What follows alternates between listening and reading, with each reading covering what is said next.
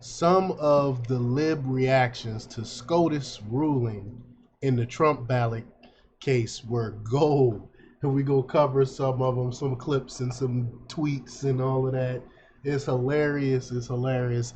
The same people that talk about their for democracy and all this other stuff are the same people don't want Trump on the ballot and don't want people to vote they didn't want people to use democracy to decide the next president. It's so funny.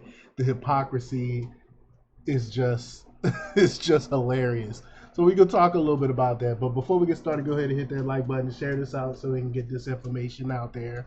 Subscribe if you're not already a subscriber, and hit that alarm bell so you know when I'm putting out new stuff. Also, check out my link tree in the description. It has a link to my Patreon. That's where I talk about things I can't talk about here. There's also a link to my Instagram and my merch store. Also, check out jjthepsychotherapist.com for news as well. Let's talk about this news. Now, this comes from Town Hall, Matt Vespa. He reports that Spencer had the news this morning. The liberal attempt to remove Trump from the 2024 ballot got unanimously rejected by the Supreme Court. It's not like this was a shocking development. Based on the oral arguments, even liberal justices weren't convinced that the former president violated Section 3 of the Constitution that would permit his removal. And you got Mark Hemingway tweeted out the number of commentators, even those that are putatively legal experts, that either got the SCOTUS decision wrong or knew they were lying is a national embarrassment. I agree. And the fact that it was 9-0 was a kick in the teeth to the court delegitimized SCOTUS crowd. That's true. Because remember they were like, well, we just need to add more justices and pack the court. Even the liberal justices voted the same way. So what excuse do you have now? Let's see here. They said, quote, a group of Colorado voters contends that Section 3 of the 14th Amendment to the Constitution prohibits former President Donald J. Trump, who seeks the presidential nomination of the Republican Party, in this year's election has becoming president again. I'm struggling reading today. From becoming president again. The Colorado Supreme Court agreed with the contention. It ordered the Colorado Secretary of State to exclude the former president from the Republican primary ballot in the state and to disregard any write-in votes that Colorado voters might cast for him. Former President Trump challenges that decision on several grounds because the Constitution makes Congress rather than the states responsible for enforcing Section 3 against the federal office holders and candidates were reversed. And that's true. The Congress has the power to enforce Section 8, not the states. The federal, this is a federal thing, not a state thing. The High Court did find that in a more limited situation, states may disqualify persons holding or attempting to hold state office, but its states have no power under the Constitution to enforce Section 3 with respect to federal offices, especially the presidency. That's because the state's power of governance, however, does not extend to federal office holders and candidates because federal officers owe their existence and function to the united voice of the whole, not of a portion of the people. Powers, their election and qualifications must be specifically delegated to rather than reserved by the states. But nothing in the Constitution delegates to the states any power to enforce Section 3 against federal office holders and candidates. I mean, that's what most people been saying. Anyone that even knows a little bit about law know that you couldn't enforce that the whole Section 3 thing is a federal thing. Has nothing to do with states. But the Supreme Court decision is more bad news for anti-Trump leaders in a handful of states that have sought to prevent Trump's supporters from even having the option of voting for him. Such markedly anti-democratic actions of the leftists who often lament the end of democracy were rightfully struck down by the Supreme Court this week. And that's the same point that I was making. The same people that say, "Oh, it'll be the end of democracy." What do y'all call that when you try to remove someone from a ballot where people don't have a voice and can vote for that individual? Let the people decide, not the states. But the media reactions were gold. The responses range from funeral parlor to insanity, with former MSNBC host Keith Olbermann embodying the latter. Yeah, he was nuts. There were also legal commentators that had nothing to do with this case. The ladies of The View hyperventilated over whether the Supreme Court was now neo-segregationist or something. Now, mind you, we got 2 Supreme Court justices that's black, though. These people are crazy. And there were swipes at Clarence Thomas, of course, again, by Colorado Secretary of State Jenna Griswold, who started this unconstitutional circus. And look at Defiant L's tweeted out what Keith Olbermann said: "The Supreme Court has betrayed democracy. Its members, including Jackson, Kagan, and Sotomayor, have proved themselves inept at reading comprehension, and collectively the court has shown itself to be corrupt and illegitimate. It must be dissolved." These people are crazy just because they don't get their way, right? They want to dissolve the courts now. This is crazy. And then you got Mia Cattell retweeted someone resuscitate Keith Olbermann. We got Glenn Greenwald saying CNN has a more funeral tone than even on election night 2016. Dana Bash's voice is quivering, on the verge of tears. Wow. Discussing the fact that Donald Trump will be able to remain on the ballot, and thus American voters, not DC elites, will choose the next president. Look, this is gold here. I love it. Oh, it's taking me to I thought it would play it. It should have played it, but it's taking me to the X site. So give me a second here. Get this to load.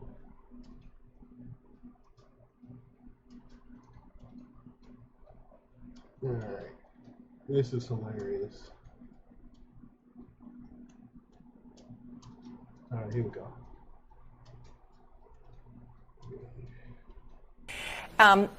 Look, unfortunately for America, the court isn't necessarily wrong that this is the way the framers wanted it to be. So hold up. She's not even saying that they're wrong. Of course they're not wrong.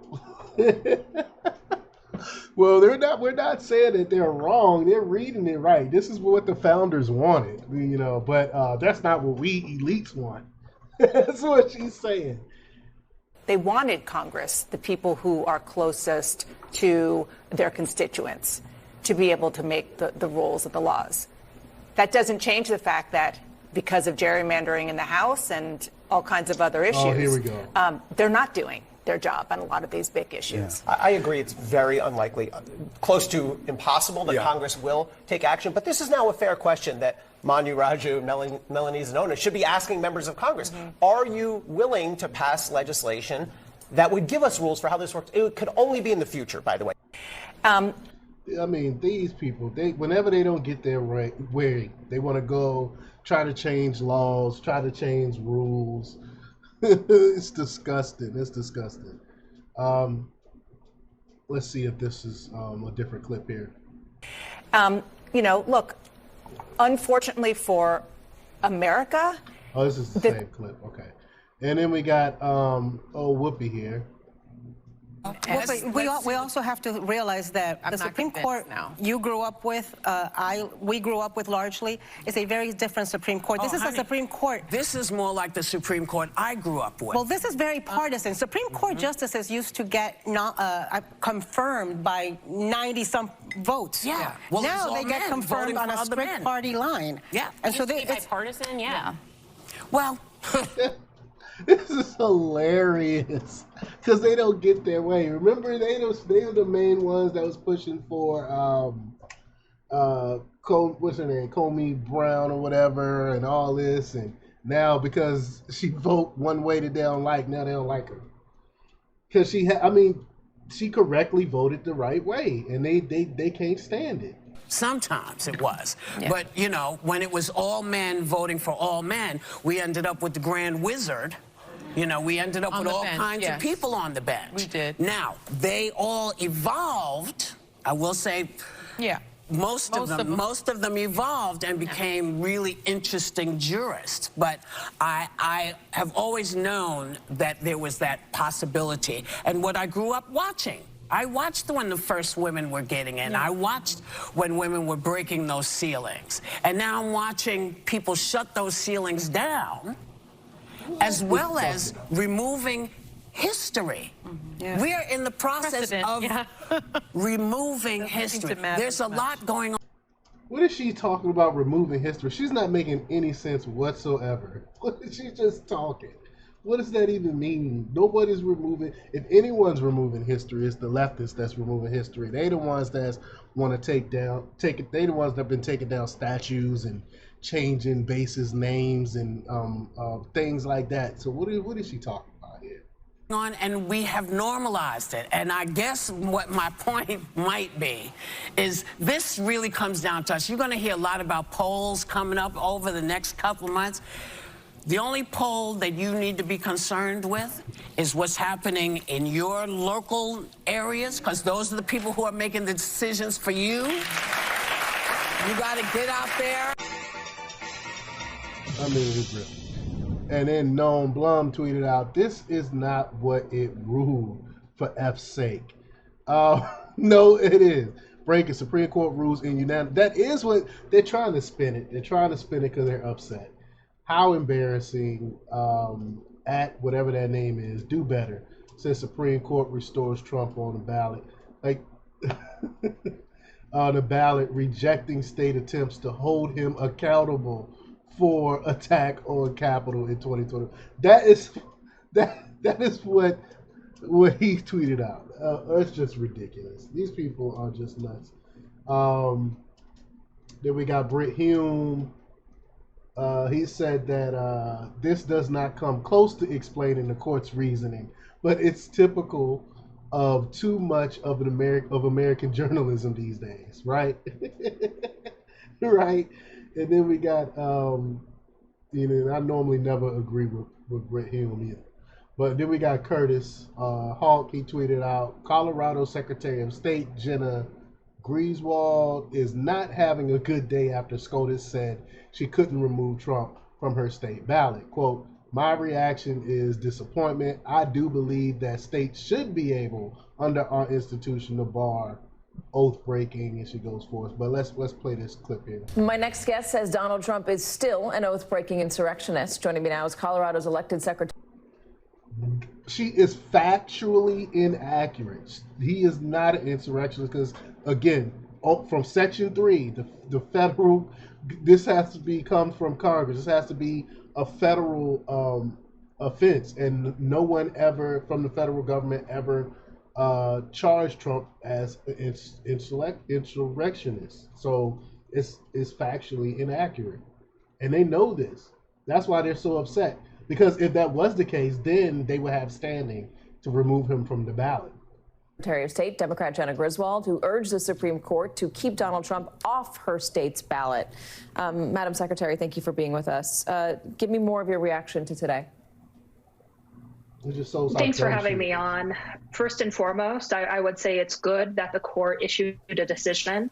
Americans have been voting all across the nation, and they smoked her 9-0. That's the thing. We knew it was invalid when you came and tried to pull them off the ballot. Everyone knew this. Early voting in those Super Tuesday states, including here in Colorado, and Coloradans and Americans deserve to know whether Trump is a qualified candidate.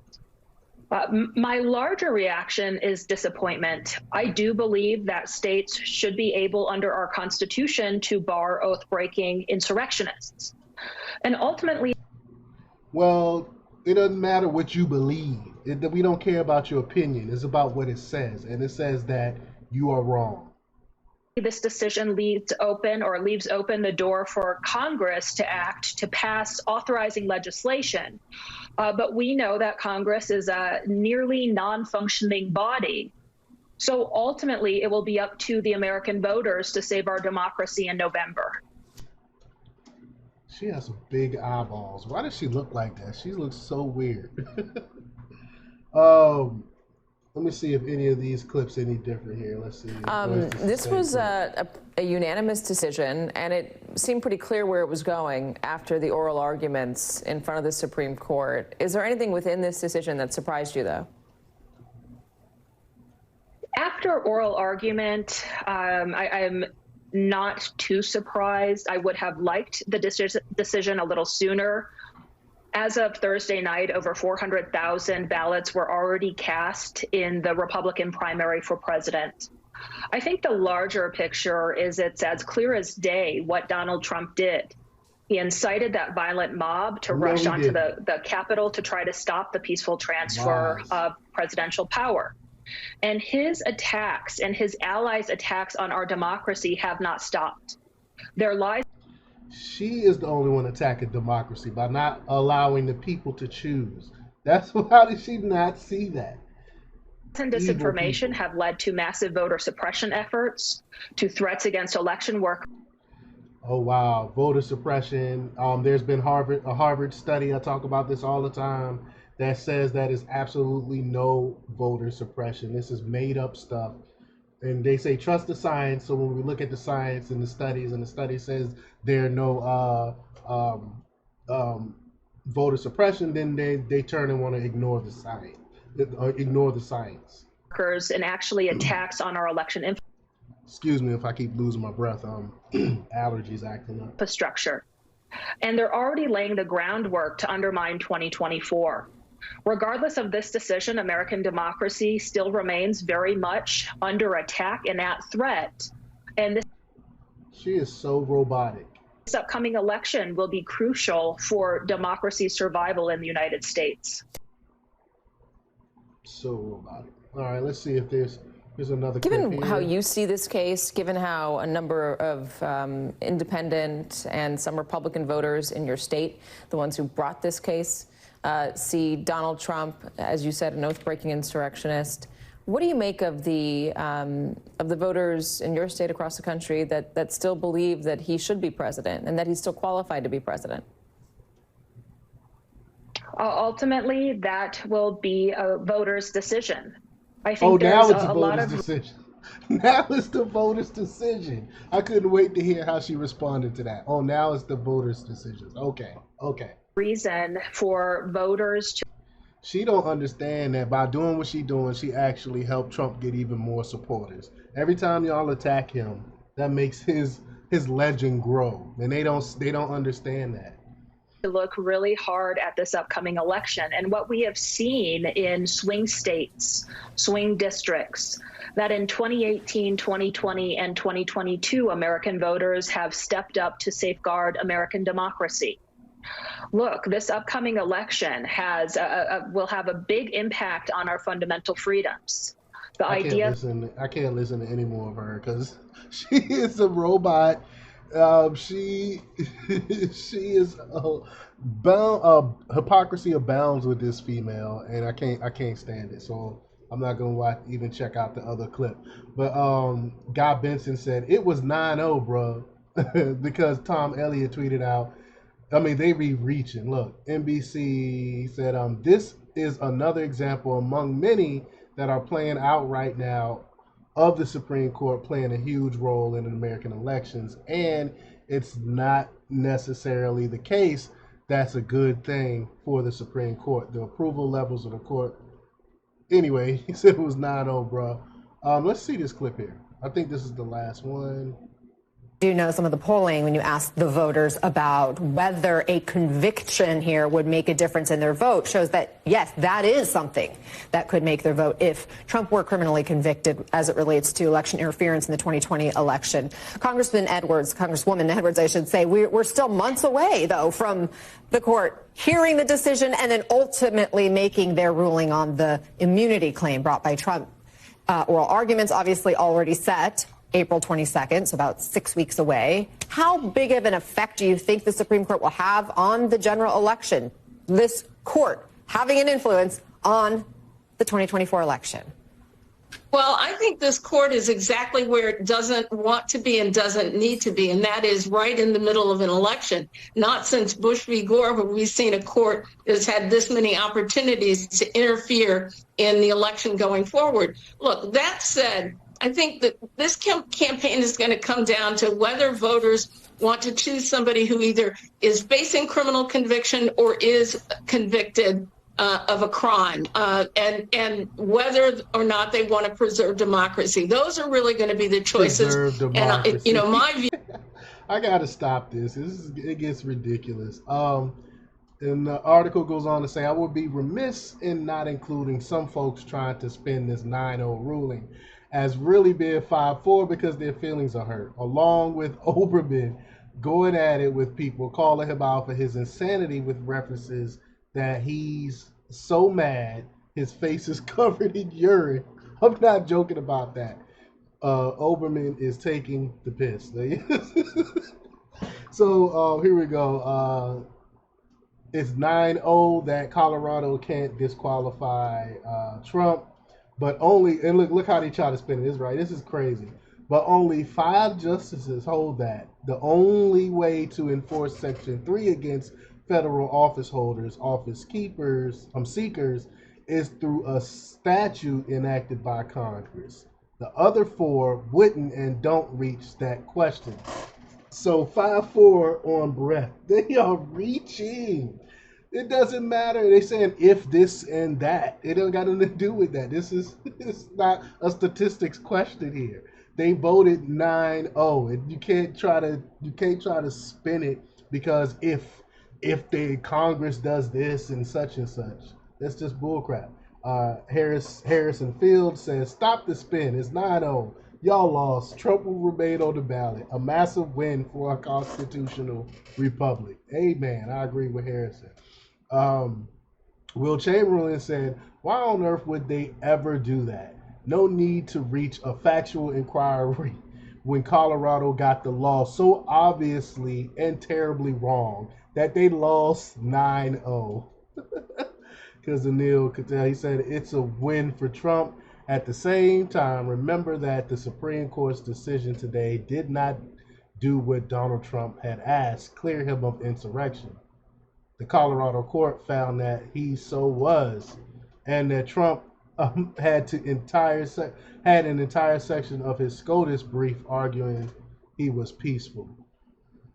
They just reaching so bad. And then Keith Olbermann said, those aren't tears, fascists, they're urine. I'm sure you enjoy being bathed in it. I mean, this dude is disgusting. Some good tweet man tweeted out, Keith, this comeback doesn't make any sense. It implies you're pissing on yourself. Keith Olbermann said, those aren't tears, fascists, they're urine. I'm sure you enjoy being bathed in it. And someone tweeted back, Damon Toll said, did you just say that your face is covered in? I mean, Oberman owned himself. He's an idiot, and it shows how dumb these leftists get when they don't get their way. But let me know what you think about this. Leave your comments down below. Like, share, and subscribe, and check out jjthepsychotherapist.com for the latest in news. Until next time, peace.